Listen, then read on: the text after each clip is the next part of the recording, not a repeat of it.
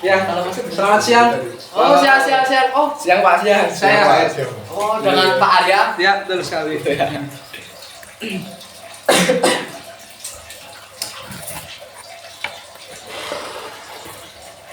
Oh, ini mas-mas yang mau daftar di PLN Klaten ya? Iya. Oh, oke. Jadi saya buka dulu ya. Jadi ini sekarang kita di siang hari ini itu akan mengadakan wawancara untuk karyawan tetap di PLN Kota Klaten. Jadi sebelumnya perkenalkan saya Pak Arya, bisa dipanggil Pak Arya dari bagian Human Resource Development atau HRD. Hari ini saya akan melakukan sesi wawancara terkait pemahaman kalian mengenai karakteristik perusahaan dan sistem akuntansi di PLN ini. Ya, sebelum kita ke wawancara bisa perkenalkan satu-satu dari itu yang baju kuning, silakan. Oke, perkenalkan nama saya Rizky. Biasa Rizky. dipanggil Rizky juga sih. Ah. Nah itu saya tuh asalnya dari Magelang, lulusan Unif top 10 lah ya. Kapten Magelang yang mana? Ya Magelang. Nah, itu game di Magelang. Nah saya kebetulan mendaftar di PLN Klaten ini untuk lebih menekankan pada pemahaman terkait akuntansi dan untuk pengambilan keputusan perusahaan. Berarti nantinya Mas Rizky ini mau ambil di bagian akuntansi di PLN Kota Klaten ini ya. Berarti belum ada pengalaman kerja sama sekali ya? Belum berani. Sudah cuman magang. Oh, magang. Ya, Oh, iya. baru magang. Oke. Boleh lanjut, Mas Arif? Kan saya Arif Caksana, saya dari asli Klaten sendiri. Oh, asli Klaten. Tapi saya dari daerah Bayat gitu, Oh. agak ke Batasan. Nah di sini saya tertarik dengan di bidang akuntansinya dan juga mungkin catatannya ya. Terus saya itu juga tertarik ingin mendaftar ke BUMN, terutama di PLN itu, yang langsung melalui pelayanan ke masyarakat gitu. Di sini di data katanya pernah punya pengalaman kerja di PLN gitu. Bisa diceritakan sedikit? Oh, itu bukan PLN sih, itu lebih seperti ke apa ya? Kalau yang di desa saya biasanya ada yang namanya orang-orang yang ngurusi di listrik itu kan. Oh iya. Nah saya tuh pernah gabung di situ, ikut padi saya lah. Ya ikut di listrik gitu. Oke. Bisa lanjut. Ya, perkenalkan nama saya Muhammad Bumi Sipa Saputra. Saya sama dengan Mas Rizky, itu lulusan dari Universitas Tidar. Kebetulan kita juga satu kelas. Oh, satu kelas. Ya, satu angkatan juga. Di sini saya itu tertarik pada pengelolaan laporan keuangan perusahaan besar serta sistem operasional perusahaan berbasis pelayanan publik. Pengalaman magangnya juga sama atau berbeda? Oh, berbeda. Oh, beda. Kalau saya kamu lebih ke magangnya ke OJK sama BI seperti itu. Gitu. Oke. Baik, sekarang saya akan menjelaskan sedikit sistematis tentang wawancara nanti ke depannya. Jadi yang pertama nanti kalian akan saya tanyakan dengan beberapa pertanyaan-pertanyaan yang berhubungan langsung dengan akuntansi mungkin atau sistematis di PLN itu gimana. Jadi nantinya saya akan coba tanya random. Nanti kalau misal ada yang setelah menjawab menurut saya jawabannya kurang atau pemahamannya kurang, nanti bisa saya lempar ke yang lain, bisa menambahkan. Atau secara inisiatif bisa menambahkan, itu nggak apa, nanti bisa menjadi poin plus tersendiri. Baik, apakah paham sampai sini? Ada yang mau ditanyakan? Cukup. Oh iya Pak, izin bertanya. Kalau semisal nanti pas jawab itu apakah ada konsekuensi terkait pengurangan nilai ini? Oh enggak. Itu semuanya nanti saya yang menilai lah, bagian saya yang menilai sendiri. Jadi kalian tinggal menyiapkan saja. Ya. Baik, saya akan masuk ke sesi pertama di sini. Saya akan sedikit melontarkan pertanyaan kepada kalian ya. Yang pertama saya ingin tahu, coba jelaskan bagaimana karakteristik utama dari PLN sebagai sebuah perusahaan BUMN. Mungkin Mas Arif bisa menjelaskan? Jadi gini Pak, mulai dari apa ya, PLN itu dulu ya. PLN itu merupakan badan usaha milik negara atau BUMN yang bergerak di bidang penyediaan tenaga listrik lah bagi masyarakat Indonesia. Terus karakteristik utamanya itu memiliki fungsi ganda, yaitu sebagai perusahaan yang menjalankan kegiatan bisnis sekaligus menjalankan pelayanan publik gitu. Bisa dijelaskan lebih lanjut itu tentang yang bagian menjalankan kegiatan bisnis sekaligus menjalankan pelayanan publik itu bagaimana Pak? Sebagai perusahaan bisnis itu PLN itu tetap berupaya memperoleh pendapatan dan menjaga stabilitas keuangan perusahaannya itu supaya nggak bangkrut. Namun sebagai BUMN itu PLN juga memiliki kewajiban menyediakan listrik secara merata hingga ke berbagai daerah seperti pelosok-pelosok gitu. Terus selain itu PLN itu memiliki karakteristik seperti yang pertama itu beroperasi pada sektor utilitas publik. Terus yang kedua itu memiliki aset tetap dalam jumlah yang besar. Yang ketiga beroperasi dengan pengawasan dan regulasi dari pemerintah. Lalu yang keempat itu memiliki cakupan operasional nasional. Terus yang terakhir mengutamakan kontinuitas pelayanan listrik kepada masyarakat. Berarti intinya itu PLN itu tetap mencari pendapatan namun masih di bawah pelayanan publik seperti Ya, itu. ya. Oke, saya lanjut ya ke pertanyaan berikutnya. Ini mengenai aset tetap. Nah, mengapa aset tetap itu menjadi bagian penting bagi sebuah perusahaan PLN? Mungkin Mas Bumi bisa dijelaskan. Oke, terima kasih dengan Pak Arya. Saya akan jawab pertanyaannya. Karena sebagian besar operasional PLN itu bergantung pada aset tetap seperti pembangkit listrik, terus gardu induk jaringan transmisi dan distribusi listrik. Nah, nilai aset tersebut itu sangat besar dan digunakan dalam jangka panjang sehingga pengelolaannya itu harus dilakukan secara tepat dan diiringi dengan seperti adanya pengecekan mesin secara terus-menerus.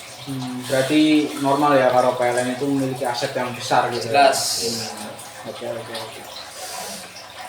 Nah, terus dampaknya jika pengelolaan aset tidak baik itu apa? Mungkin bisa saya lempar Mas Rizky. Oke. Dampak kalau aset nggak dikelola kalau aset nggak dikelola dengan tepat, itu yang pasti pertama laporan keuangannya bisa salah saji. Terus yang kedua itu bisa ngaruh ke kepercayaan publik terhadap laporan itu. Nah, kenapa laporan keuangan bisa salah saji? Yang pertama itu kalau misal nanti aset itu disusutkan dengan tidak jelas gitu, dengan salah pencatatan, itu nanti bakalan ngaruh ke kewajaran dari laporan tersebut. Terus kalau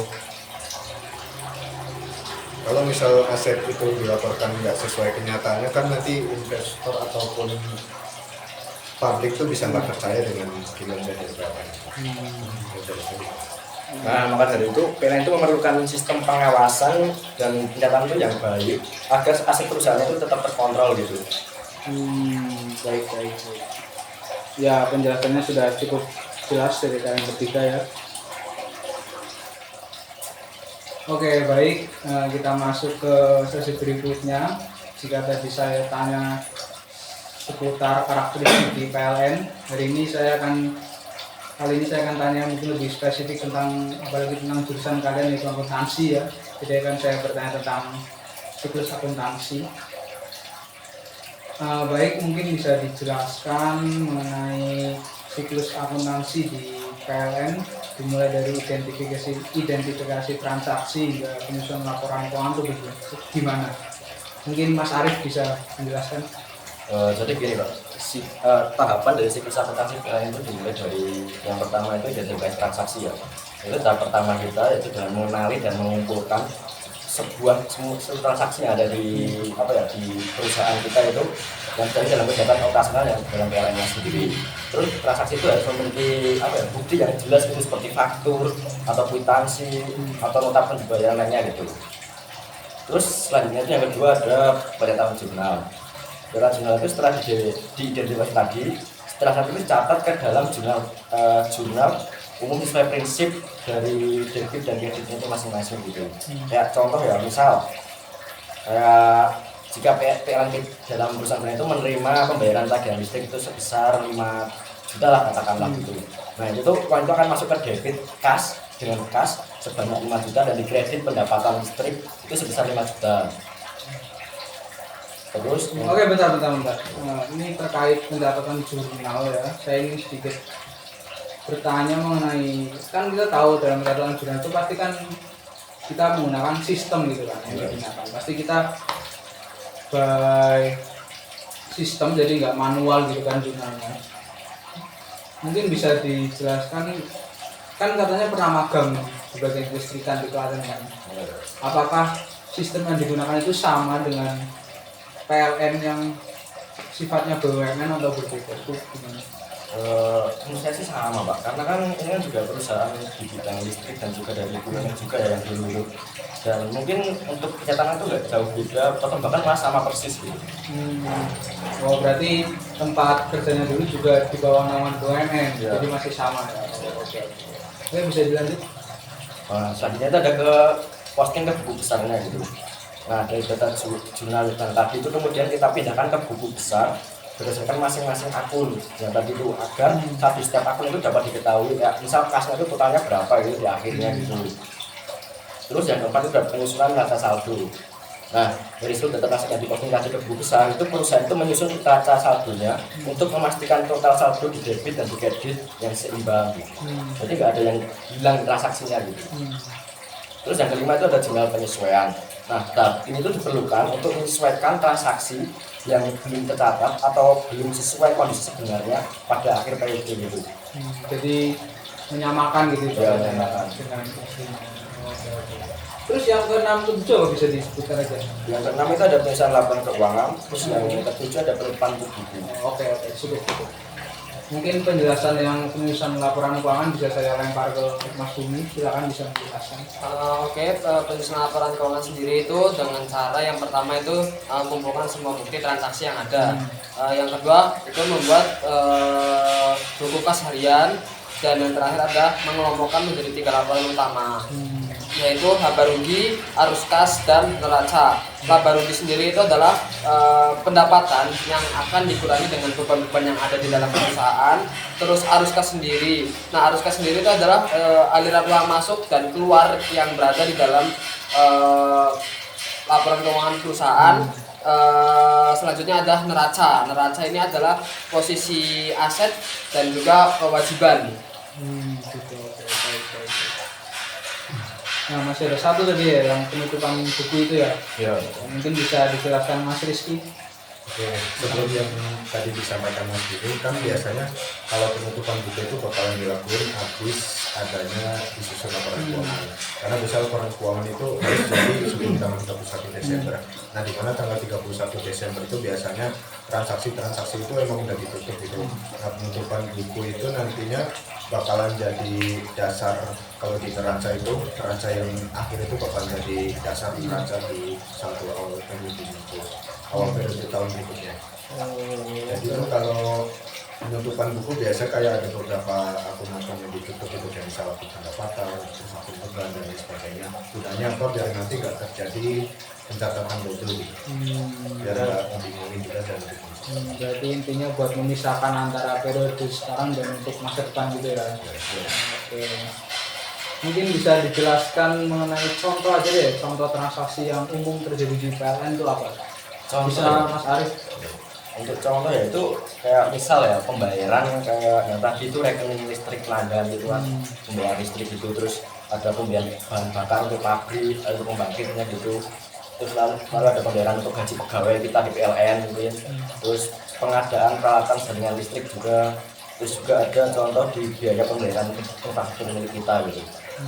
Pak, saya ingin menambahkan jawabannya bahwa proses penyesuaian dalam siklus akuntansi PLN itu sendiri itu cukup sangat penting, karena perusahaan itu memiliki banyak aset yang memerlukan perhitungan penyusutan secara berkala terus menerus gitu. Oh iya, benar. Boleh dijelaskan tujuan jurnal penyesuaian itu apa Mas Rizky?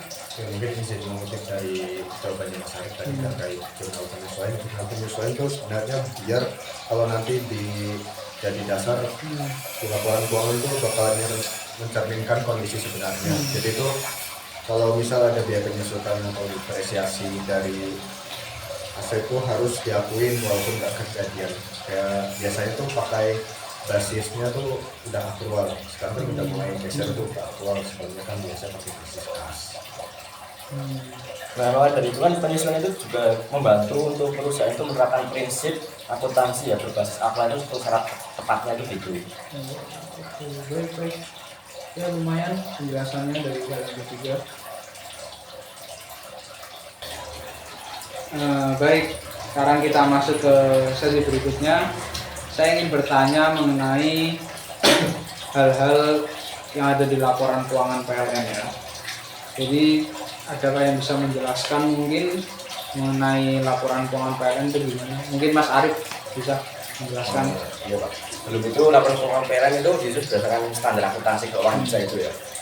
Dan digunakan itu sebagai sumber informasi bagi manajemen, pemerintah ataupun investor dan masyarakat gitu, untuk menilai keuangan dari perusahaan PLN ini. Terus untuk komponennya itu ada, yang pertama adalah laporan posisi keuangan. Itu digunakan untuk menunjukkan kondisi keuangan perusahaan pada periode tertentu. Di dalamnya itu terdapat informasi mengenai aset, kewajiban, dan ekuitas perusahaan. Terus yang kedua itu ada laporan laba rugi. Di laporan laba rugi ini digunakan untuk menunjukkan hasil operasional perusahaan selama satu periode. Nah, laporan ini itu berisi pendapatan dan beban perusahaan sehingga dapat diketahui apakah perusahaan itu memperoleh laba atau mengalami kerugian. Terus yang ketiga itu ada laporan arus kas. Oke, stop. Mungkin laporan arus kas bisa dijelaskan oleh Mas Rizky. Oke, laporan arus kas itu sebenarnya cerminan dari keluar masuknya suatu kas dari perusahaan. Jadi itu biasanya pabrik yang bisa baca laporan keuangan itu bakalan lebih percaya dari laporan arus kasnya itu dibandingkan dengan laporan yang lainnya. Nah, kalau arus kas itu sendiri sebenarnya di umumnya itu dibagi jadi tiga. Yang pertama dari aktivitas operasi, terus habis itu aktivitas investasi sama aktivitas pendanaan. Kalau aktivitas operasi biasanya itu yang berkaitan langsung dengan operasional perusahaan. Ya misal kalau di sini kan PLN ya, itu dia pakai apa aja buat operasi itu.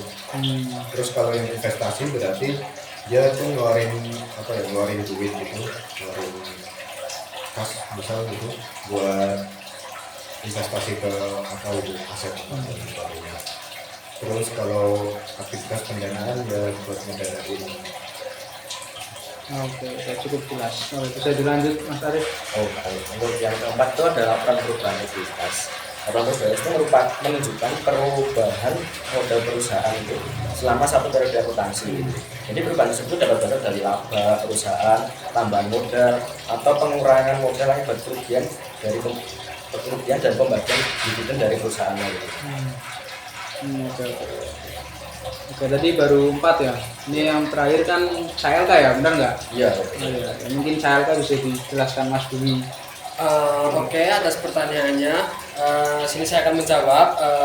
CLK sendiri adalah sebuah bagian tak terpisahkan itu dari laporan keuangan yang berisi tentang informasi tambahan, rincian angka dan penjelasan narasi mengenai kebijakan akuntansi suatu entitas yang ada. Terus bagian ini juga itu berfungsi untuk memberikan pemahaman yang lebih komprehensif atau lebih jelas lah kepada pembaca mengenai kondisi finansial atau kondisi keuangan perusahaan yang tidak bisa disajikan secara langsung di dalam angka-angka atau tabel laporan utama. Baik. Mungkin bisa dijelaskan lanjut tentang fungsi laporan laba rugi itu apa sih? Ya seperti yang saya jelaskan tadi, itu fungsi dari laporan laba rugi itu menunjukkan pendapatan dan beban perusahaan selama satu periode sehingga itu dapat diketahui laba atau rugi dari perusahaan tersebut. Oke, sedangkan laporan posisi keuangan sendiri itu menunjukkan jumlah aset, kewajiban, dan ekuitas sebuah perusahaan pada tanggal waktu yang tertentu. Ya, satu lagi yang nggak saya lakukan kan ada juga laporan arus kas. Ya, laporan arus kas itu penting karena biasanya nunjukin kemampuan perusahaan dalam mengelola pendanaan dan lain sebagainya, investasi dan operasi. Terus yang tadi dijelaskan Mas Bumi terkait CLK itu, kenapa sih kok CLK itu penting? Padahal kan sudah dijelasin semua di laporan laba rugi itu kan udah ada gitu. Kenapa kok diperlukan CLK itu? Ya, itu penting karena memberikan informasi tambahan gitu terkait dari rincian transaksi dan kebijakan akuntansi yang digunakan oleh perusahaan gitu. Ya, mungkin saya akan bertanya satu lagi ya, terkait kan kalian tahu bahwa PLN itu kan di bawah BUMN ya, di bawah pemerintahan gitu kan. Ya. Otomatis laporan keuangannya itu juga aturan dari pemerintah gitu. Kira-kira apa sih yang membedakan antara laporan keuangan yang dinaungi oleh pemerintah atau BUMN dengan sektor-sektor swasta gitu, seperti perusahaan-perusahaan yang tidak mencari laba itu perbedaannya apa sih? Ada yang bisa menjelaskan? Saya Pak. Oke, silakan Mas. Untuk laporan keuangan pemerintah itu dari dasarnya itu menggunakan SAP atau standar akuntansi pemerintah, itu untuk mempertanggungjawabkan pengelolaan keuangan negara ataupun daerah. Sedangkan untuk swasta itu menggunakan standar akuntansi keuangan atau SAK atau PSAK gitu, untuk menunjukkan kondisi dan kinerja perusahaan. Untuk komponen juga itu berbeda. Dari komponen dari laporan keuangan pemerintah itu yang pertama ada LRA atau laporan realisasi anggaran, ada neraca, ada laporan operasional LO atau laporan arus kas (LAK), dan ada laporan perubahan likuiditas. Terakhir itu ada CALK tadi. Terus untuk laporan keuangan swasta itu komponennya itu berupa laporan bersih keuangan atau yang disebut neraca, ada laporan laba rugi, laporan perubahan likuiditas, laporan arus kas, dan yang terakhir juga ada neraca juga itu. Oke, berarti perbedaannya ada di dasar aturan yang dipakai sama beberapa komponen yang sedikit berbeda itu. Ya, Baik. Oke, di sini saya akan lanjut ya. Bertanya mengenai pencatatan transaksi di PLN. Ya, saya ini bertanya secara umum saja ya tentang penjelasan pencatatan transaksi itu apa. Mungkin Mas Rizky silakan bisa dijelaskan. Oke, pencatatan transaksi di PLN ya. Kalau di PLN itu dia biasanya pakai ini kayak sistem sudah terintegrasi elektronik itu dia pakai ERP. Biasanya kan kalau ERP itu ada juga contohnya itu kayak Accurate dan lain sebagainya. Cuman kalau untuk komersil saya rasa lebih kompleks lagi. Nah kalau buat pencatatan transaksi di PLN itu dia biasanya pakai basisnya tuh aktual, bukan basis kas lagi. Jadi itu transaksi bakalan dicatat kalau itu transaksinya tuh terjadi walaupun mungkin belum ada kas yang diterima ataupun dibayar. Oke. Contohnya Misal nih kalau di PLN kan berkaitan sama listrik. Nah, ada pelanggan misal sebagai peneliti gitu, dia tuh udah pakai listrik di bulan ini tapi pembayarannya tuh hilang di bulan selanjutnya lah. Jadi tuh dia istilah kayak runggang gitu. Nah, tadi terkait ERP itu ya, itu kan sistem yang digunakan di PLN ya, ya memang benar. Tapi kita kan ini di PLN Klaten ya, jadi nggak tahu PLN lain apakah menggunakan sistem yang sama atau enggak. Nah, menurut kamu tuh sama nggak sih kira-kira antara ya mungkin di PLN Klaten dengan PLN Magelang atau Kebumen itu sama nggak sih? Kalau menurut saya Pak, biasanya kalau untuk nama-nama sistem itu menyesuaikan dengan perusahaan di masing-masing produksi ini sih Pak. Kadang tuh ada yang namanya cukup unik dan kadang ada yang biasa. Oke. Tapi mungkin sama loh itu, karena kan sama-sama dari pemerintah juga ada negara gitu ya. Oh iya. PLN gitu. Namanya sama berarti dapat disimpulkan bahwa sistem yang digunakan sama lah ya. Iya. Terus terkait aset secara kredit itu gimana, mungkin Mas Arief jelaskan? Misalnya ya kalau PLN itu membeli aset itu secara kredit, maka aset dan kewajiban itu akan dicatat pada saat transaksi itu terjadi itu sesuai aktual. Oke, saya akan menambahkan jawaban dari Mas Arief. Itu penerapan basis aktual itu membantu laporan keuangan menjadi lebih akurat atau lebih terpercaya dan juga relevan. Kira-kira resikonya apa sih jika pencatatan transaksi itu nggak sesuai atau tidak tepat gitu? Risikonya ya itu dapat menyebabkan kesalahan laporan keuangan itu udah pasti itu. Terus ada kesalahan pengambilan keputusan manajemen, terus itu juga dapat menurunkan tingkat kepercayaan publik terhadap perusahaan PLN kita gitu. Iya Pak, menambahkan jawaban dari Mas Arief. Jadi itu biasanya kalau di laporan keuangan tuh angkanya kalau misal ada yang salah, yang paling panik itu bukan mesin ini, bukan orang di baliknya gitu. Tapi itu sorry. Biasanya itu yang panik bukan bagian depan, cuman bagian belakang yang ngurusin dari keuangan itu Pak. Jadi itu kalau misal ada aja perbedaan sedikit itu bisa jadi celah buat auditor, buat audit gitu. Jadi yang bakalan kena efeknya itu si bagian keuangan atau finance. Oh gitu. Mungkin ini ya terkait kalau di perusahaan swasta itu ada yang namanya pengendalian internal ya. Mungkin kalau di BUMN itu atau di naungan pemerintah itu ada nggak sih yang bisa menjelaskan, nggak ada yang bisa menjelaskan? Mas Arif aja mungkin yang kelihatannya mendominasi banget ini. Karena Mas Arif sendiri sudah pernah Iya, magang. iya, Jadi pengalamannya itu Punya lebih pengalaman, ya. lebih banyak. Kira-kira ada juga nggak pengandilan internalnya itu? Mungkin ada sih Pak, karena kan itu diperlukan ya untuk semua perusahaan untuk pengadaan internal itu kan kayak misal di keuangan lah itu aja kita yang nyatet sama yang nyimpen uangnya kan itu ada beda orang kan itu di akhirnya itu dikontrol gitu, jadi ya penting-penting aja sih dan itu bisa juga per perusahaan itu beda gitu tergantung kebijakan yang dia pakai sendiri. Oke, kita lanjut ya terkait pembahasan mengenai standar akuntansi di PLN ya. Mungkin bisa dijelaskan tentang standar akuntansi yang digunakan PLN itu apa? Silakan Mas Arif. Oke, baik. Jadi PLN itu menggunakan standar akuntansi keuangan Indonesia itu atau PSAK yang telah menyesuaikan dengan IFRS gitu kan, menyesuaikan itu. Terus standar yang relevan itu ada beberapa, yang pertama ada PSAK untuk aset tetap, ada PSAK untuk pendapatan, ada PSAK instrumen keuangan, dan juga ada PSAK untuk penyajian laporan keuangan. Berarti masing-masing itu dipisah-pisah ya? Ya, aturannya berbeda masing-masing. Kenapa kok penting standar itu? Ya karena standar itu menjadi pedoman agar laporan keuangan itu disusun secara konsisten, transparan, dan dapat dibandingkan dengan perusahaan lain gitu. Jadi sama gitulah formatnya itu. Oh gitu.